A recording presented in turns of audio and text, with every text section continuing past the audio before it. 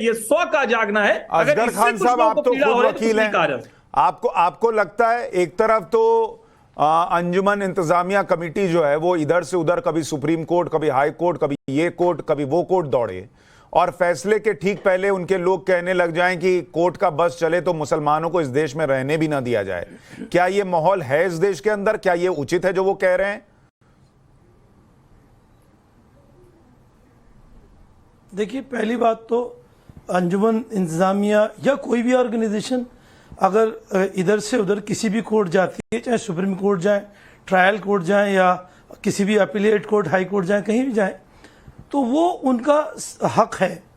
ये हमारा संविधान है, ये हमारा कानून है हमारे मुल्क का।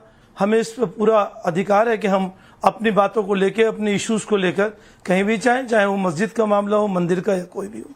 तो अगर वो जाते हैं तो इसमें कोई गलत नहीं है अगर दौड़ना है। असगर खान साहब, उनको जाने से कोई गलत नहीं कह रहा। सवाल मेरा ये था कि अगर आपको ये लगता है कि कोर्ट चाहती नहीं कि मुसलमान इस देश में रहें, तो फिर उधर से उधर, इधर से उधर उस कोर्ट में क्या दौड़ रहे हो? या तो अगर आप दौड़ रहे हैं तो उस पर भरोसा रखिए, और फिर जब आपको लगे आपके हिसाब से फैसला नहीं आएगा तो कोर्ट को कह दीजिए, गाली दे दीजिए। ये तो नहीं होगा ना सर? वो किसी अंजुमन का बयान नहीं है। मैंने सुन लिया, आपने जो सुनवाया, वो किसी अंजुमन का बयान नहीं है, वो किसी का इंडिविजुअल बयान है, चाहे वो वकील साहब में या किसी ने भी दिया हो। और हमारी अपनी आस्था ये है, हम सब लोग ये मानते हैं वो एसएम यासीन साहब का बयान है सर, करना हमारा पहला जिम्मा है। सुन लीजिए, एक मिनट। हम ये बात हो सकती है कि हम किसी भी कोर्ट के फैसले से संतुष्ट ना हो, नहीं हो सकते हैं, इसीलिए एक के बाद दूसरी कोर्ट होती है। ट्रायल कोर्ट से हम उससे ऊपर कोर्ट में जाएं, फिर हम हाई कोर्ट चले जाएं, फिर हम उसमें सुप्रीम कोर्ट चले जाएं, वो हमारा हक है। और ये आज तक होता चला है।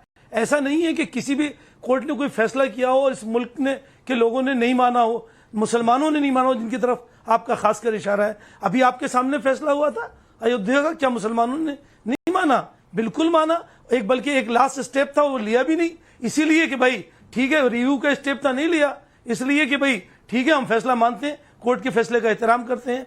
लेकिन ये बात है कि अगर वो संतुष्ट नहीं है तो कह सकते हैं साहब हम कोर्ट के फैसले से संतुष्ट नहीं है। पर कोर्ट के फैसले से संतुष्ट ना होना, असगर भाई, कोर्ट के फैसले से असंतुष्ट होना और ये कहना कि कोर्ट का बस चले तो वो इस देश से हिंदुस्तान में मुसलमानों को रहने ना दे, ये दो अलग लेवल की चीजें हैं। असंतुष्ट होना आपका अधिकार है, लेकिन ये कह देना कि कोर्ट चाहता है कि मुसलमान या ना रहें, ये बहुत ही भड़काऊ बयान है जी। हाँ, ये ऐसी बात नहीं होना चाहिए।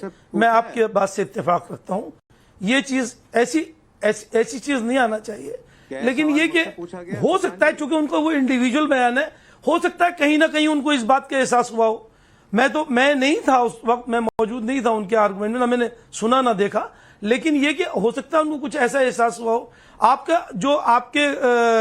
संवादक, जो भी आपके रिपोर्टर्स थे, अगर वो उनसे इंटरव्यू ले रहे थे तो उनको सवाल करना चाहिए था कि भाई आपको किस बात से एहसास हुआ। हो सकता है किसी बात से उनको ये एहसास हुआ, मैं भी होता, हो सकता है मुझे एहसास होता, मैं भी कह देता इस बात को कि भाई मुझे ऐसा लग रहा है। लेकिन हाँ, फिर भी एक समझदार इंसान को और खासकर एक जिम्मेदार इंसान को ये चीज हमें टीवी पर या बयानों में इस तरीके से नहीं कहना चाहिए, क्योंकि इससे माहौल में थोड़ी कमी आती है। इसलिए ये फिरोज बख्श साहब, आपके हिसाब से क्या देश में ऐसा माहौल है कि संवैधानिक पद पर बैठे लोग नहीं चाहें कि भाई यहां मुसलमान रहे? नहीं, देखिए ऐसा है, मैंने एसएम यासीन साहब का बयान सुना। मैं क्या कहूं उसमें, उसको अहमकाना कहूं या क्या कहूं, वो कोर्ट के फैसले को या कोर्ट का जो ऑर्डर है उसके ऊपर वो तरह तरह के तंज कस रहे हैं। वो कह रहे हैं कि भाई कोर्ट का बस चले तो मुसलमानों को रहने नहीं दे। किस तरह की बातें कर रहे हैं, कौन सा टोन और टेन्योर है?